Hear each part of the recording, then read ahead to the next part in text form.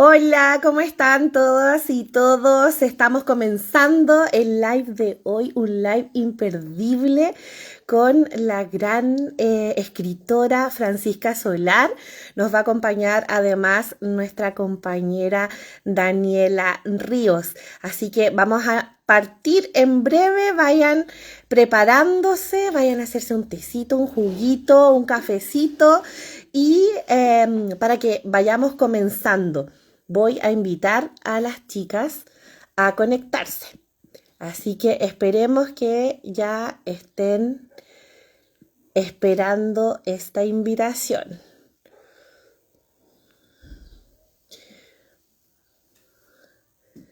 No me aparece la... Vamos por la Fran Solar. Hola Dani. Hola, estoy dando vuelta a mi cámara. Ahí sí. Ahí estamos, ahí estamos. Estoy Bien. buscando a la Fran que no me aparece. Así que estamos aquí intentando. Fran, si estás por ahí, Para que únete a se escuche. nosotras. Estoy. Ay, ¿qué hice?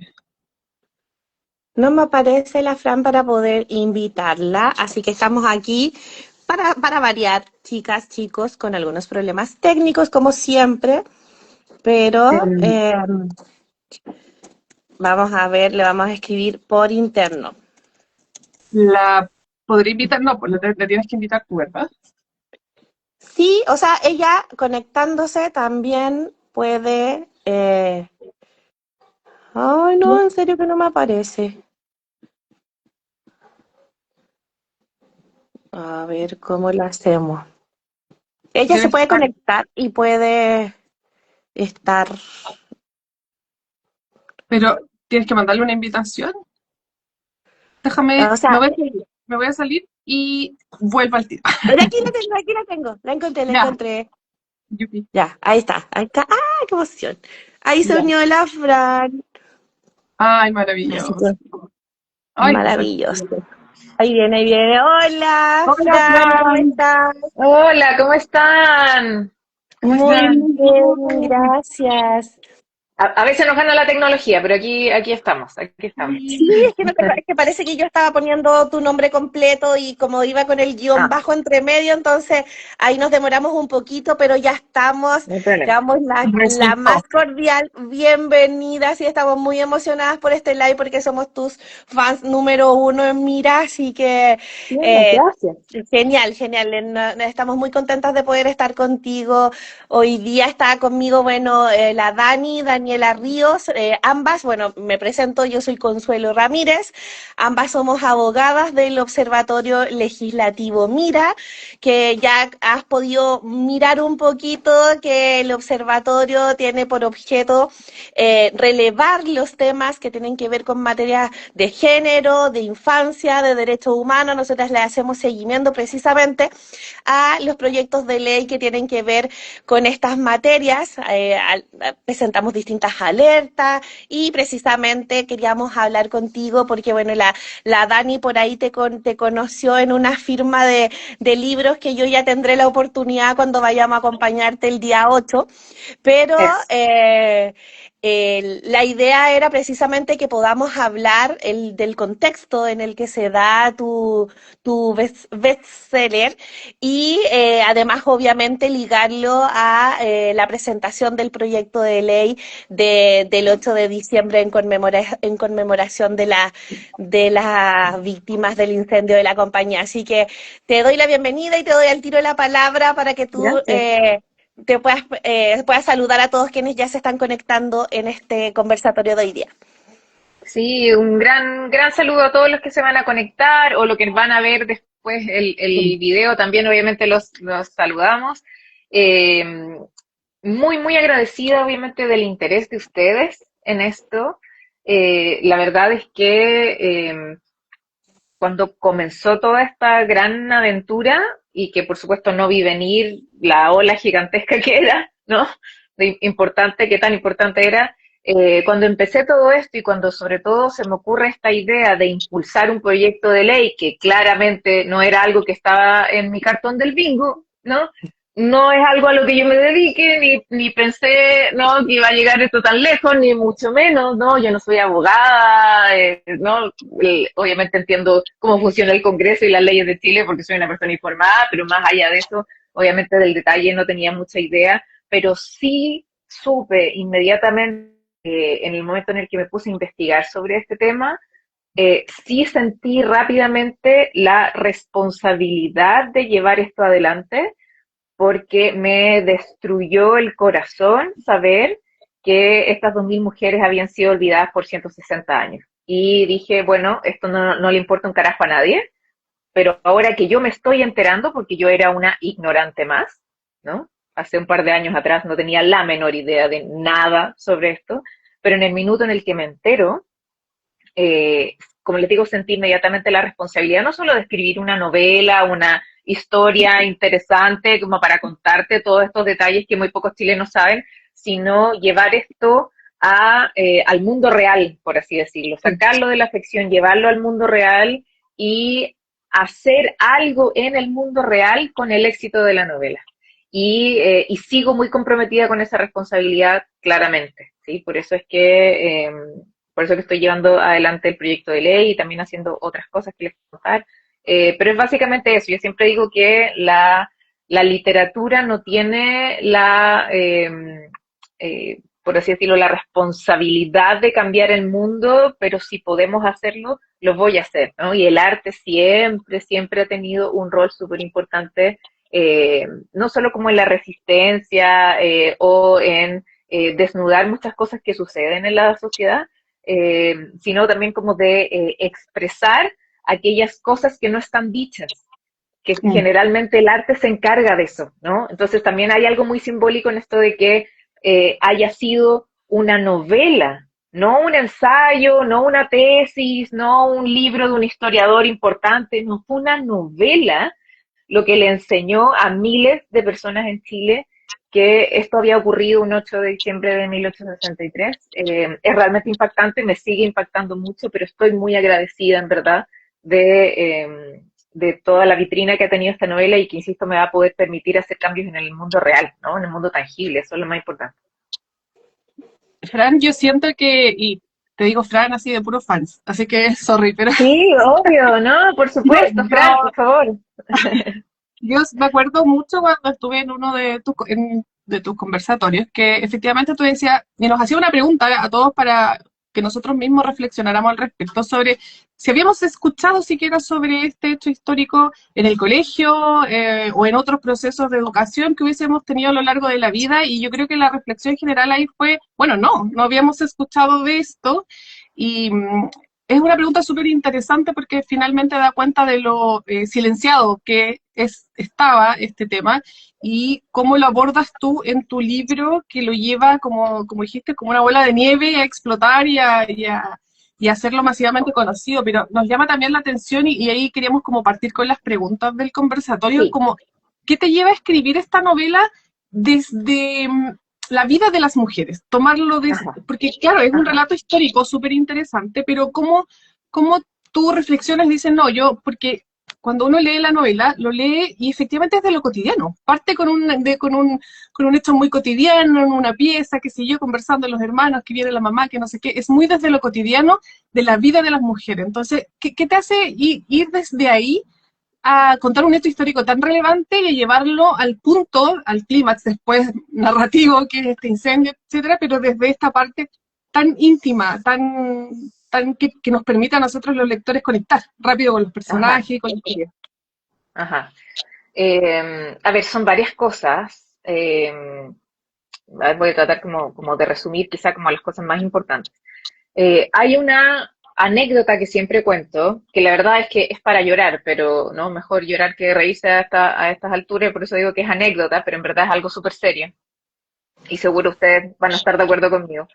Yo cuento esta anécdota, ¿no? Que entre medio de la investigación, investigando, y como ustedes saben, o para quienes no saben, no están viendo y no saben, la gran parte de mi investigación, la mayor cantidad de horas de mi investigación fue destinadas a leer los diarios de la época, ¿sí? O sea, es la parte de la información que yo utilizo para crear el buzón de las impuras está sacada directamente de todos los diarios en circulación en 1863 en todo Chile, ¿no? Porque no solo en Santiago, sino que también hay algunos diarios de Concepción, etcétera, bueno, de otros lados.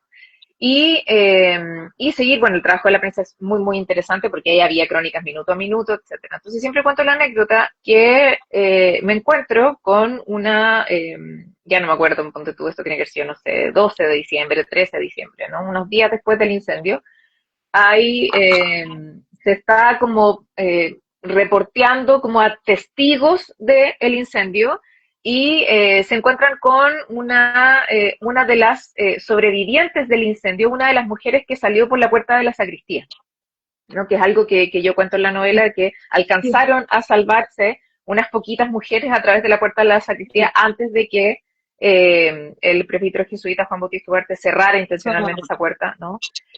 Antes de que eso ocurriera, algunas mujeres alcanzaron a escapar por esa vía de acceso, y una de estas mujeres es Eulalia Pardo, la señorita Eulalia Pardo, que yo la utilizo como personaje, además de la novela, justamente por eso, porque sé que nos consta que es una de las mujeres que se salvó. Y el periodista, el reportero, lo que sea, ¿no? Que la encontró y que le estaba preguntando, le dice, usted se salvó, una de las mujeres que se salvó, sí, sí, claro. Ah, perfecto, ¿y usted está casada?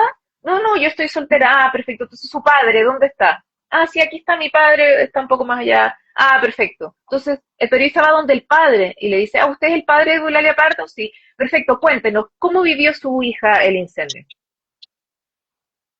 Ese es el nivel no, espantoso, ¿no? Como digo, yo me encontré con esas cosas y se me paraban todos los pelos de indignación, ¿no?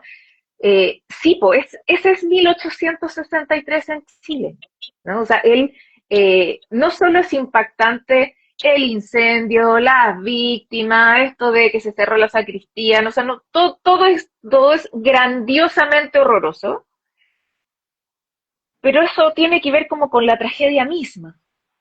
Si uno va a la minucia del día a día de qué estaba pasando en Chile en 1863, en lo cotidiano, en lo pequeño, en lo del día a día, también estaba lleno de horrores. Horrores desde nuestra perspectiva desde el 2025, ¿no? Entonces, para mí la verdad es que fue bastante fácil, por así decirlo, fácil, decidir que yo quería contar esto desde la cotidianidad. Porque la tragedia como tal es un espectáculo horroroso, ¿no? Pero es un espectáculo. Tiene espectáculo en el sentido de que tiene esta espectacularidad en cuanto a la masa de víctimas y el tipo de incendio y lo rápido que se propagó, ¿no? Entonces, todo lo que tú puedas contar sobre el incendio es tremendamente efectista, ¿no? Justamente por la espectacularidad de la tragedia. Pero yo dije, no, eso es efectista, yo necesito que la gente se indigne desde la página 1 con lo más pequeño y que yo no tenga necesariamente que inventar nada, ¿no? Entonces, consideré rápidamente, insisto, muy al comienzo de la investigación, consideré que era muy importante que el lector comprendiera la cotidianidad de las mujeres en 1863 para que realmente le hiciera sentido, ¿no? El 360, ¿no? De por qué ocurre el incendio, por qué es importante el incendio, por qué ocurren todas las cosas que ocurren después del incendio, por qué es que esto que es algo que yo defiendo muchísimo hasta el día de hoy, que es imposible comprender a cabalidad la secularización del Estado sin integrar el incendio de la compañía, ¿no? O sea, en la cronología de todo el proceso de secularización del Estado, el incendio de la compañía es pivotal, es demasiado importante. Insisto, yo lo defiendo hasta el día de hoy y creo que esa también era una forma de explicarles esto en la novela, era de nuevo hablando desde la cotidianidad, ¿sí? Entonces, eso es una cosa, como digo, para mí me sorprendió muchísimo el nivel de objeto social que eran las mujeres en 1863, porque uno puede adelantar más o menos la misoginia y eso, si has leído historia y conoces algo del siglo XIX, te puedes adelantar a ciertas cosas, porque por supuesto tú sabes que es un momento en el que las mujeres no tienen derecho a nada y qué sé yo, entonces por supuesto que yo estaba adelantada, ¿no? previendo ciertas cosas, pero no al nivel de lo que me encontré. Fue mucho más. Entonces dije, si esto me impactó a mí, yo sé que le va a impactar a mis lectores, entonces obviamente quiero escribir desde la cotidianidad, eso también fue súper importante. Y lo segundo, también muy, muy, muy importante, aquí estoy resumiendo por supuesto, pero muy importante lo segundo, es que obviamente lo que más me impactó es que estas mujeres están completa y absolutamente olvidadas, pasaron a una irrelevancia histórica muy brutal, perdieron lo más básico de su dignidad, que son sus nombres, son identidades que se perdieron completamente porque son mujeres que están de forma anónima en una fosa común, ninguna tuvo funeral, ninguna tiene lápida en ningún lado, ¿no? Entonces, y esas listas, yo las rescaté, pero no existen en ningún lado, no hay placas que nos recuerden a estas mujeres en ningún lado, etcétera. Pasaron a la absoluta irrelevancia histórica. Y también comprendí a través de la investigación rápidamente que yo podía, a través de mi novela, yo podía hacer algo que no se ha hecho nunca, y es devolverle su dignidad a las víctimas. ¿Y cómo podía hacerlo? Contando el incendio de la compañía desde la perspectiva de las víctimas, devolviéndoles sus voces, devolviéndoles sus vidas cotidianas, devolviéndoles sus día a día, no solo sus nombres, sino sus aspiraciones, sus sueños, sus dolores, su cotidianidad, sus hábitos, ¿no? Transformarlas en personas de carne y hueso. Con identidad. Con identidad, exacto. Tan difícil. Exactamente, y sobre todo pensando que conocemos tan poquito de ellas, pero de algunas sí sabemos un poquito de información relevante como para que yo pudiese construir esos personajes. Entonces, por eso que también esa decisión fue muy importante para mí. Yo no voy a contar el incendio como lo han contado un puñado de hombres durante siglo y medio. Exactamente, ¿no? Porque cada vez que aparece el incendio de la compañía en alguna enciclopedia o en algún libro, un párrafo por aquí, media página por allá, siempre está contada por un hombre, siempre está contada desde la perspectiva del testigo, ¿no? Y siempre desde la perspectiva heroica, ¿no? Del cuerpo de bomberos de Santiago, ¿no? Y etcétera, ¿no? Entonces, también era muy, muy obvio para mí que lo que aquí faltaba y que era por lejos lo más relevante era recordar a las víctimas, contarle a la gente quiénes murieron aquí. Esto no es una masa deforme de 2.000 personas. Aquí hay mujeres con nombre y apellido que tenían vidas muy precisas y que dejaron casas vacías muy precisas también, ¿no? Y darle esa voz, darle esa cotidianidad a las víctimas a través de mis personajes, a través de la novela, era una forma muy concreta de yo devolverles su dignidad. Y eso también era muy importante para mí. Y que funciona a mí lo que tú... Sí. Dale.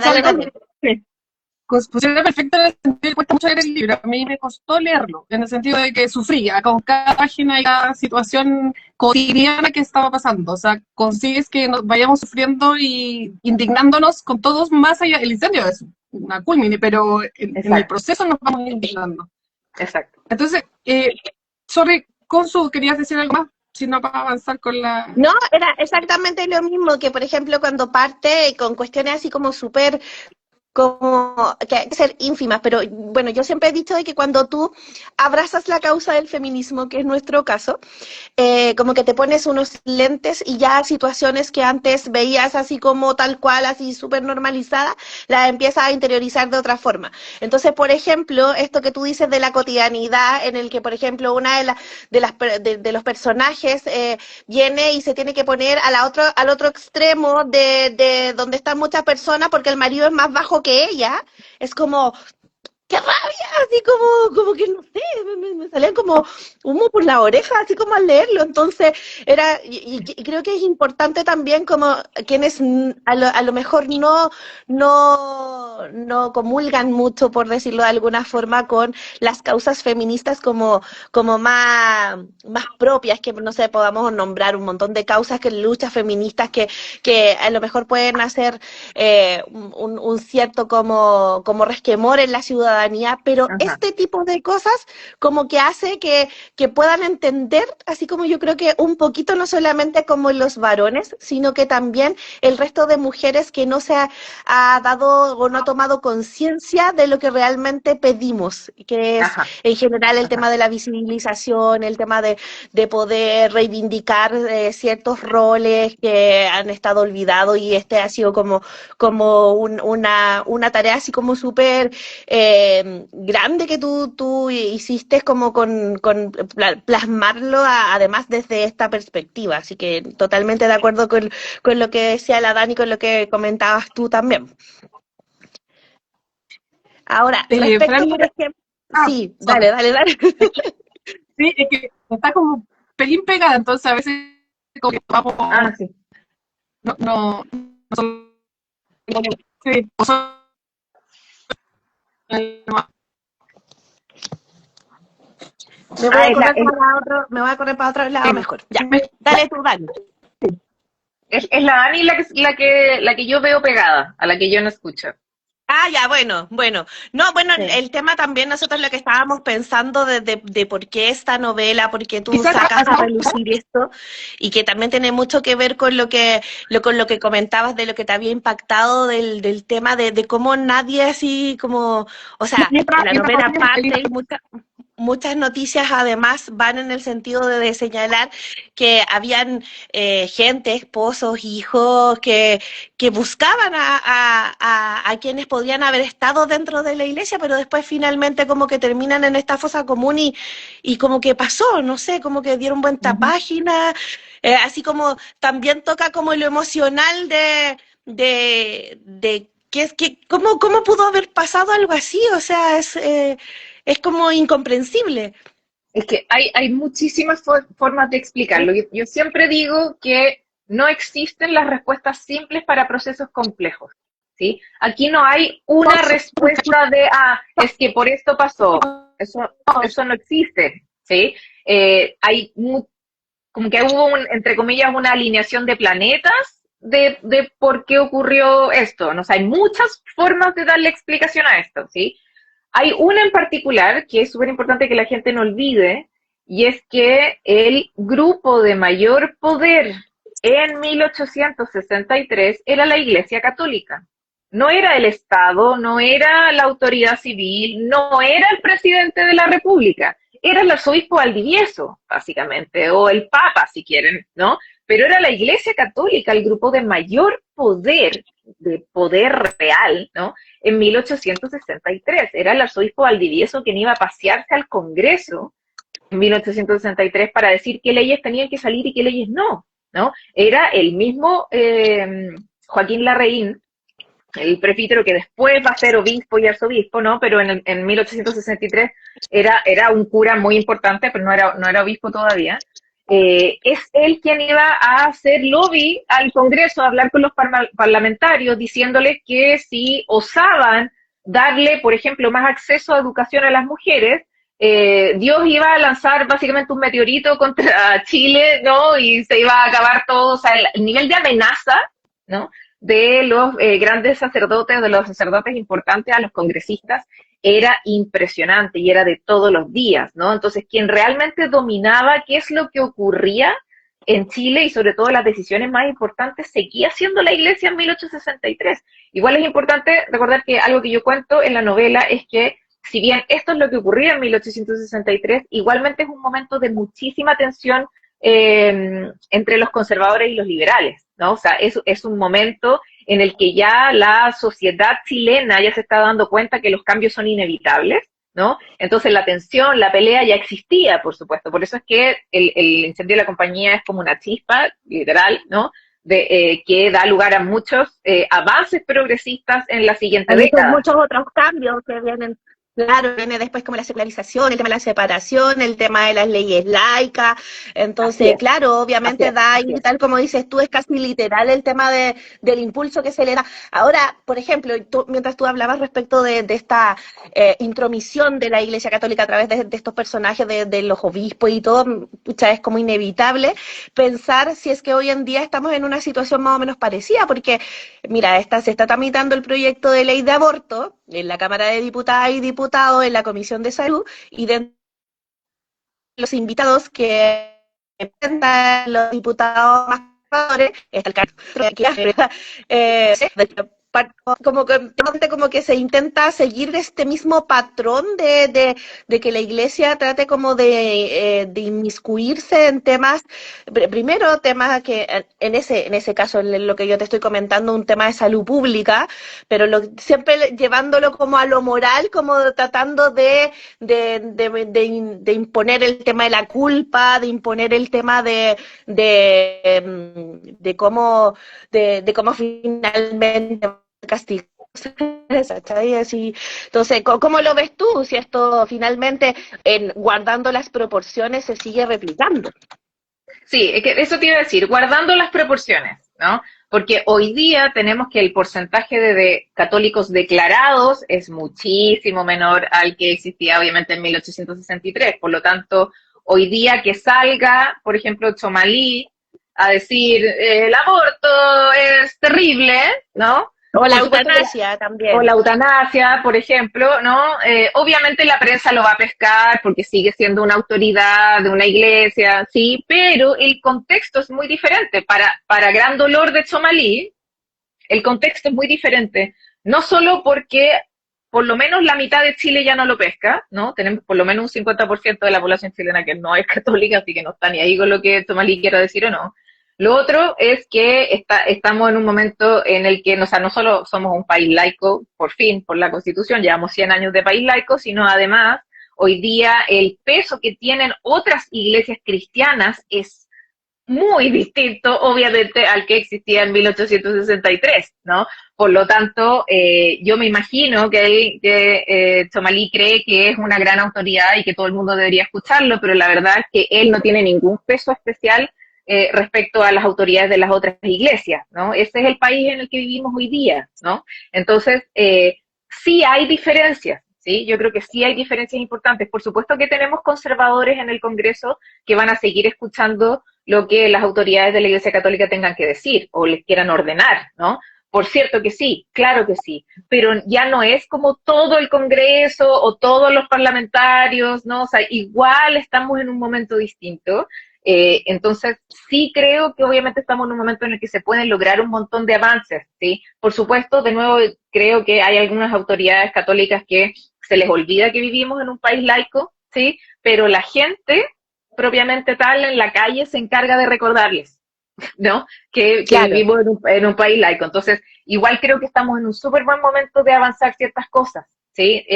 Quizá nunca vamos a tener, y esto es importante, nunca vamos a tener el escenario ideal para los avances progresistas y sobre todo desde el feminismo, probablemente nunca. O sea, siempre vamos a tener que dar alguna pelea, ¿no? Y la pelea que se daba en 1863 era tremendamente más dura de la que estamos dando hoy día, pero no quiere decir que la pelea que estemos dando hoy día sea fácil, para nada, ¿sí? Simplemente es otro momento de la humanidad, es otro momento de la sociedad chilena, y por lo tanto nuestros problemas, por así decirlo, cambiaron. No es que tengamos necesariamente menos, sino que ahora son otros, ¿no? Y por lo tanto la lucha es otra también, y sigue siendo una lucha dura porque por supuesto que tenemos una oposición muy dura también, pero sin duda hemos avanzado un montón, o tenemos otras posibilidades que no tenían las mujeres en 1863, obviamente.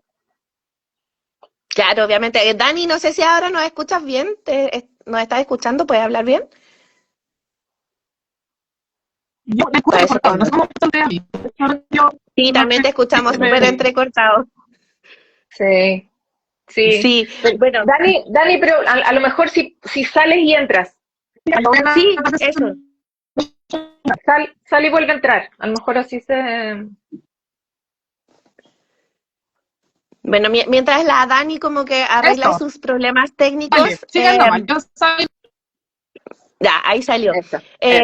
Bueno, lo que estaba comentando, que habíamos comentado previamente y que tú nos puedes dar como más, con toda tu investigación, me imagino que tienes muchos más antecedentes de cómo fue que se hizo esta transición, como este cambio social desde lo que ocurre en el incendio, tal como dices tú mencionaste, por ejemplo, ya la creación del primer cuerpo de bomberos, a propósito, que es como lo más puntual, que es lo que se enseña y que no hay como mayores registros, o sea, todo esto de lo que tú investigaste y que finalmente, o sea, afecta a la población de Santiago de la época de una manera brutal.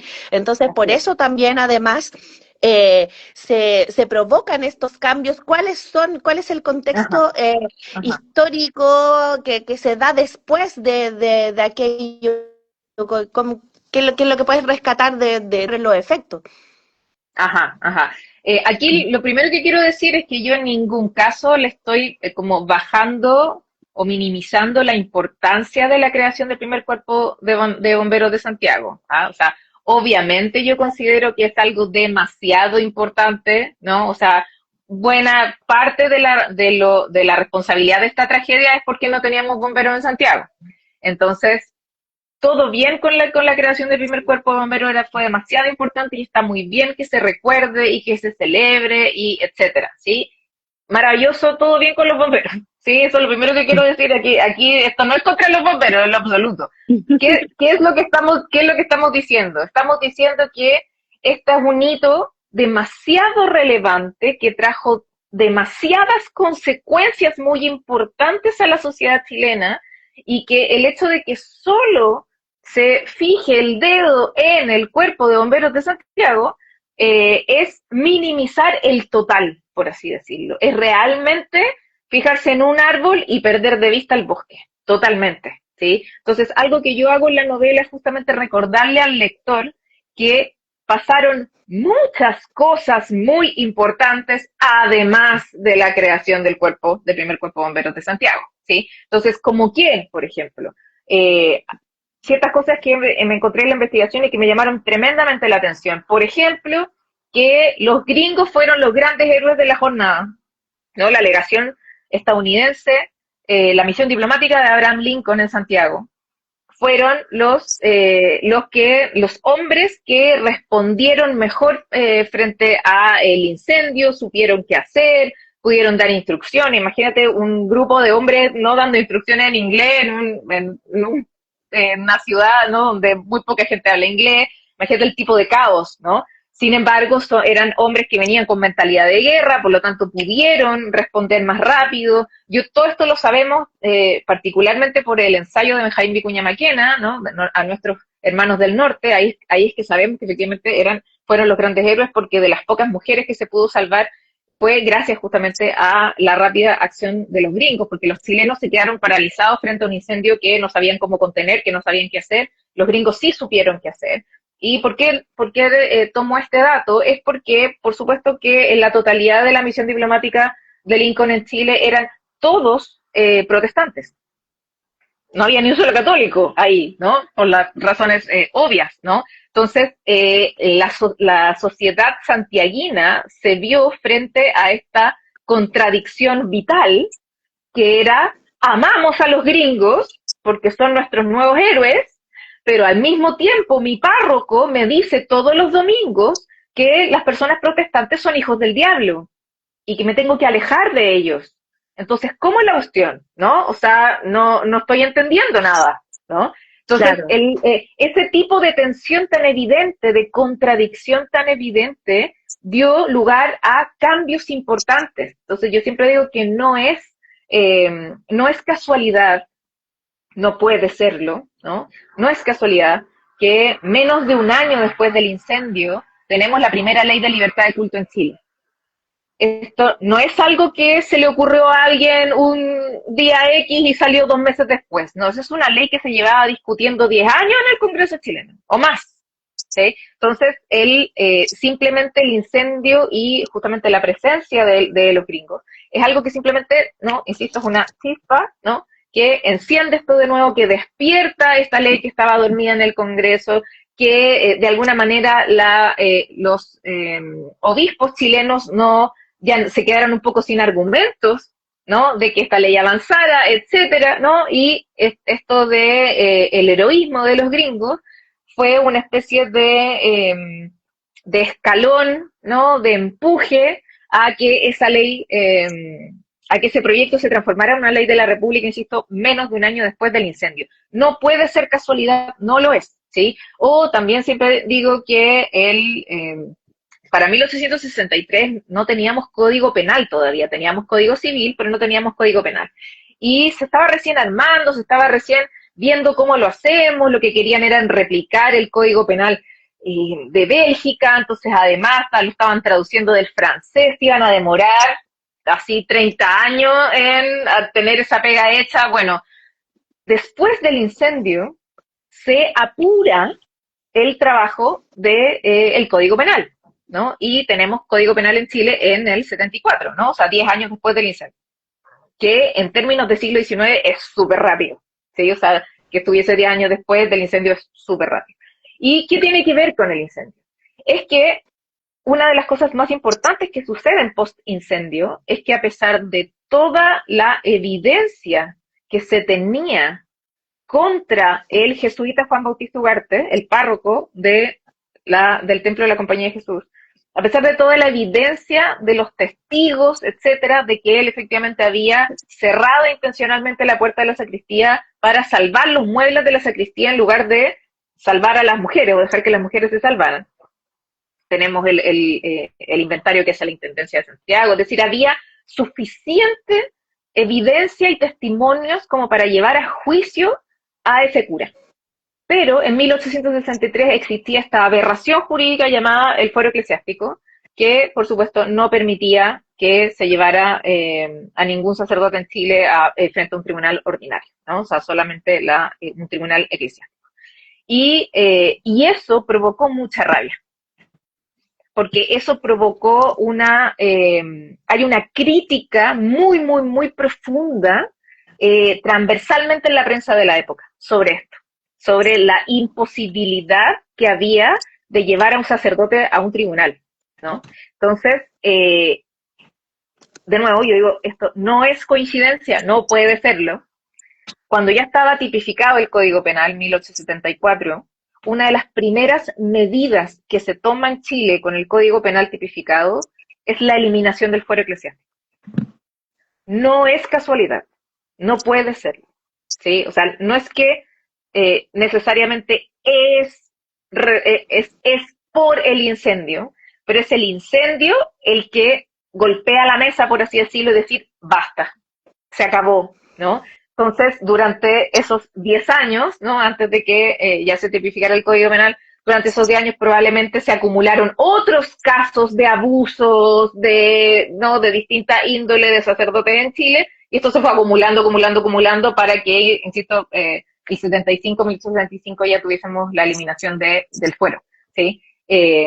Entonces, esto por nombrar un par de cosas, ¿sí? Porque obviamente sucedieron un montón de otras cosas más. Entonces, de ahí que sea tan insólito que el incendio de la compañía no sea obligatorio en el currículum de historia, por ejemplo, en el colegio, ¿no? Porque hay tantas cosas que se explican por el incendio de la compañía o a causa del incendio de la compañía, o que no podrían explicarse de otra manera, o que es súper importante para entender la integralidad del proceso, y sin embargo pasa completamente desapercibida. Solamente si te tocó un profe buena onda te va a contar al respecto, si no, imposible. Y aquí Es que de nuevo finalmente yo creo se que también tiene los que ver con el tema de exponer todas las irregularidades que había con esto, todo esto como del secretismo, del ocultar las cosas, del protegerse uno con otro. Obviamente ahí metido el tema del sistema patriarcal que muy marcado que existía en la época y que volvemos como a la pregunta que nos hacíamos anteriormente, ¿cómo ocurre esto de que se tomen estas medidas que ahora en el contexto que tú nos cuentas son mucho más evidentes que es producto que son efectos de lo que ocurrió? ¿Cómo se toman esas medidas y queda de lado como el reconocimiento a las víctimas? O sea, tú Exacto. Algo mencionabas hace un ratito sobre el tema de los procesos que son muy complejos en Sí. cualquier trauma, porque digámoslo que tiene que haber sido un trauma gigante para todas las familias, que en algún momento yo entendí que casi todas las familias de Santiago habían tenido como alguna pérdida, porque Así era es. una iglesia Sí. muy popular, porque no solamente iba la aristocracia idiosincrasia de la época, a estas celebraciones del mes de María por la congregación esta que tenían en la reunión esta de las hijas de María, sino que además iban acompañadas por su empleada, entonces también Así habían es. como de distintas clases sociales quienes asistían y quienes creían fervientemente en la Virgen y en todo el culto que se da ahí Ajá. respecto de la fecha. Entonces, ¿qué pasa después? O sea, ¿cómo se explica eso? ¿Cuál es tu conclusión respecto Claro de eso? que eso es lo que te decía, que hay muchas formas de explicarlo, ¿no? O sea, porque no es, como es un proceso complejo, es imposible dar una sola respuesta, pero como te decía, por cierto, una de las formas más concretas que tenemos de explicar esto es el gran poder que tenía la Iglesia Católica en definir qué ocurría en el país, qué es lo que había que pensar, qué es lo que había que sentir, qué es lo que había que hacer, ¿no? El compás moral de la sociedad era la iglesia, tú esperabas que tu párroco te dijera qué comer, qué hacer, a dónde ir, ¿no? Entonces, en ese contexto es súper decidor la homilía de la misa de exequias que la da Mariano Casanova, que para ese momento era un sacerdote muy importante, pero es un sacerdote que va a llegar a ser arzobispo de Santiago, ¿sí? En ese momento todavía no para 1863, pero seguía siendo un sacerdote tremendamente importante, y a él se le da la responsabilidad de la homilía de la misa de exequias, ¿no? O sea, que era súper, súper importante, en la Catedral Metropolitana. Y la transcripción de esa homilía está completa, ¿sí? En memoriachilena.cl, si alguno de ustedes tiene el estómago para ir a leerla, yo lo invito, eso es Patrimonio Nacional, es un documento que está en memoriachilena.cl, yo se los resumo, ¿no? Básicamente lo que hace Mariano Casanova es decir, mira, qué terrible esta tragedia, qué terrible, sí, pero bueno, pero es que son cosas de Dios nomás. O sea, se murieron más de 2000 mujeres, pero bueno, pero es que son cosas que pasan, ¿no? O sea, ¿qué vamos a estar nosotros pidiéndole explicaciones a Dios por sus designios, digamos, ¿no? Entonces, bueno, pasó este accidente, qué terrible, qué espantoso, pero no se preocupen, todas sus hijas y sus nietas y sus esposas ya se fueron al cielo, no se preocupen, todo bien, ¿sí? Pero bueno, es que esto de que se hayan muerto por sus vestidos, bueno, todo tiene consecuencias también, pues la vanidad tiene consecuencias, entonces recordemos que de todas las mujeres que se murieron, las mártires más puras, ¿no? Las que se fueron directamente al cielo, son las mujeres que se negaron a quitarse el vestido para salvar sus vidas, ¿no? Porque por supuesto que el pudor es más importante que salvar tu vida. Entonces, qué bueno, qué rico de esas mujeres que prefirieron morir quemadas, vivas, en martirio, antes de sacarse la crinolina para salvar sus vidas, ¿sí?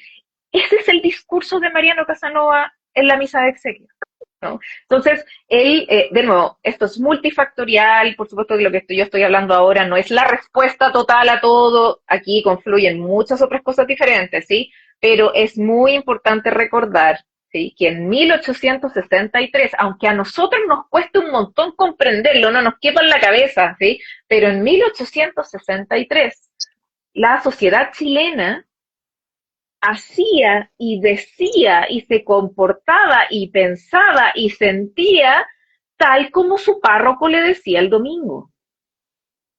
¿Sí? De verdad que tu sacerdote, tu párroco o el obispo o el arzobispo era la autoridad máxima del saber, y lo que él te decía que tenías que hacer es lo que tenías que hacer. No había mucha oposición al respecto.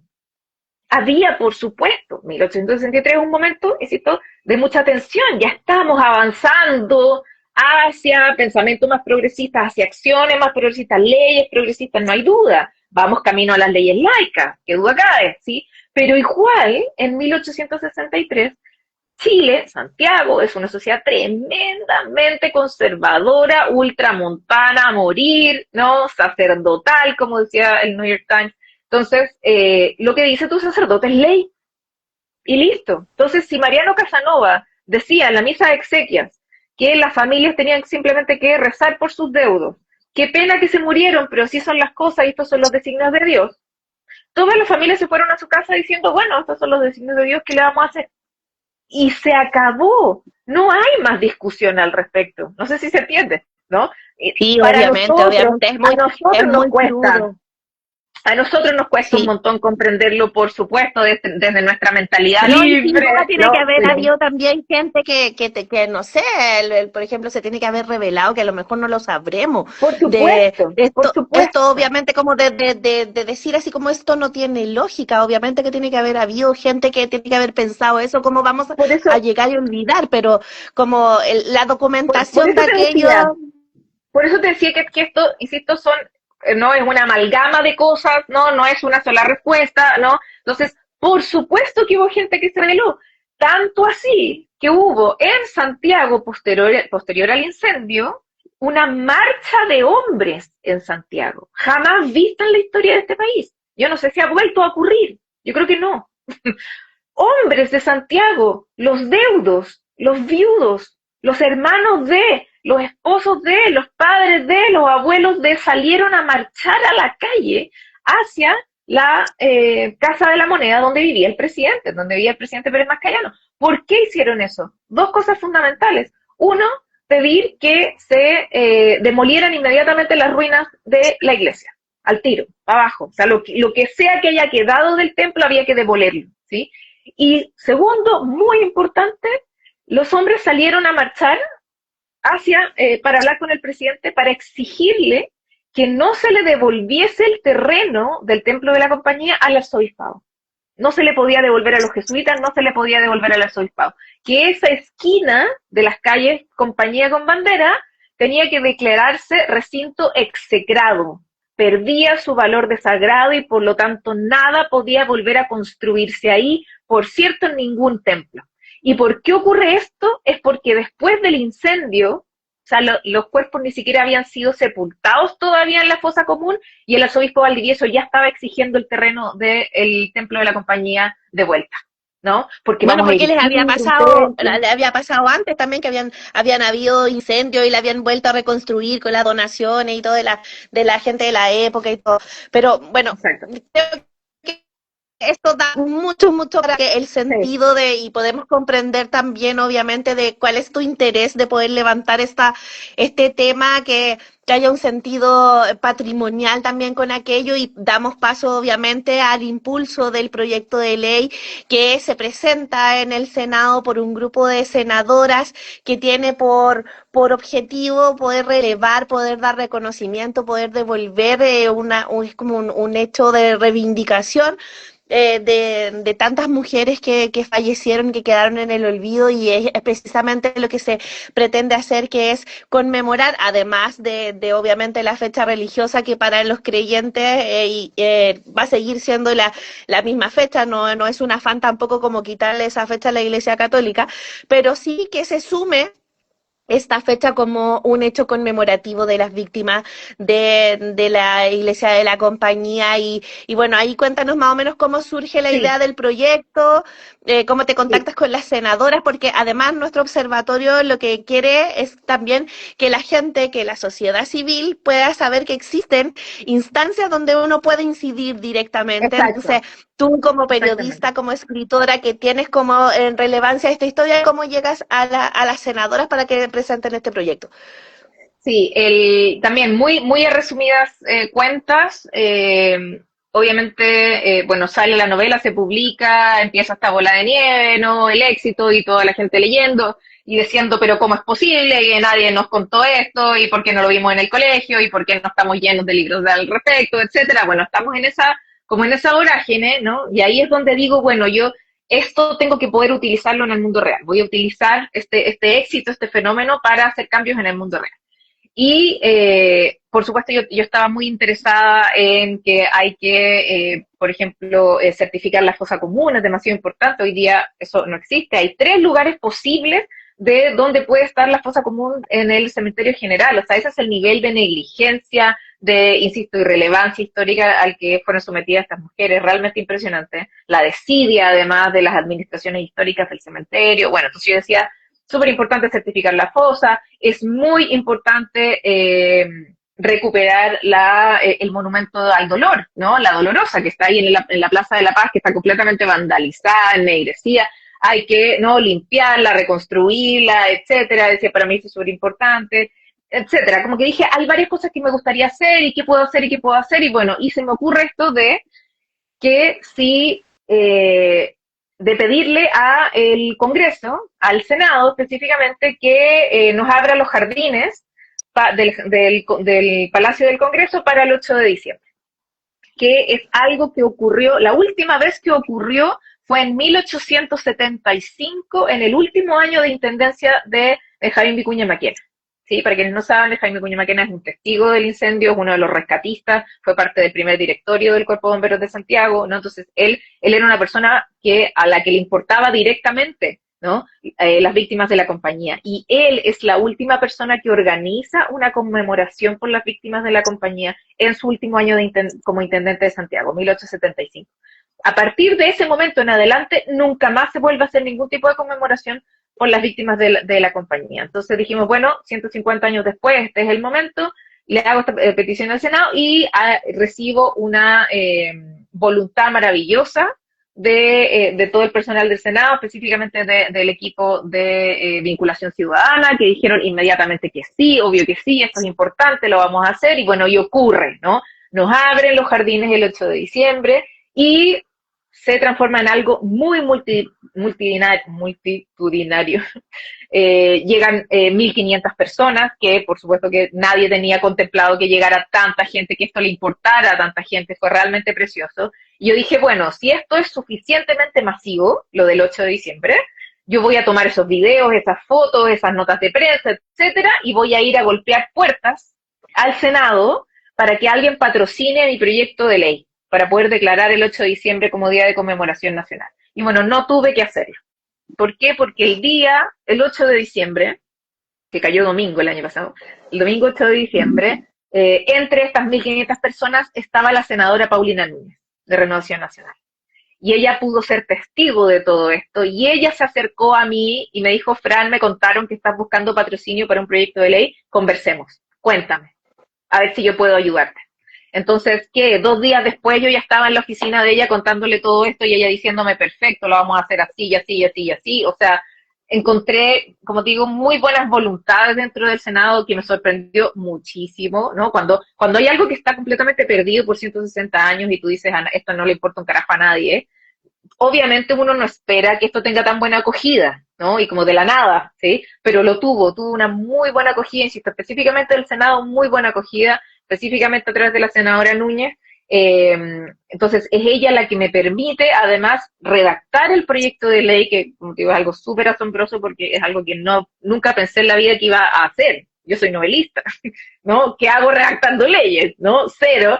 Pero tuve la oportunidad de redactar el proyecto de ley y lo pudimos presentar en enero. Fue realmente maravilloso. Yo le agradezco muchísimo todo el apoyo a la senadora Núñez, porque además es ella la que convoca a las otras senadoras para que firmen, ¿no? Para que patrocinen el proyecto. Y que además es un grupo bastante transversal, o sea, esa también Totalmente es la gracia pequeño del proyecto. Entonces, creo que es Así importante, o sea, bueno, nosotras supimos obviamente del proyecto, sabíamos igual como te habíamos contado al principio de tu trayectoria con respecto al libro y a las otras novelas, pero como lo que a nosotras nos interesa además es apoyar el tema de impulsar el proyecto, porque ya ha pasado un buen rato.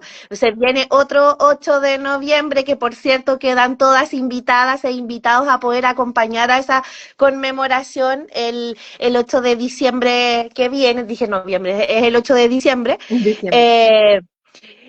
Pero por cierto, o sea, no basta solamente con la presentación del proyecto, sino que hay que seguir insistiendo para que se ponga eso quería decir. entrar.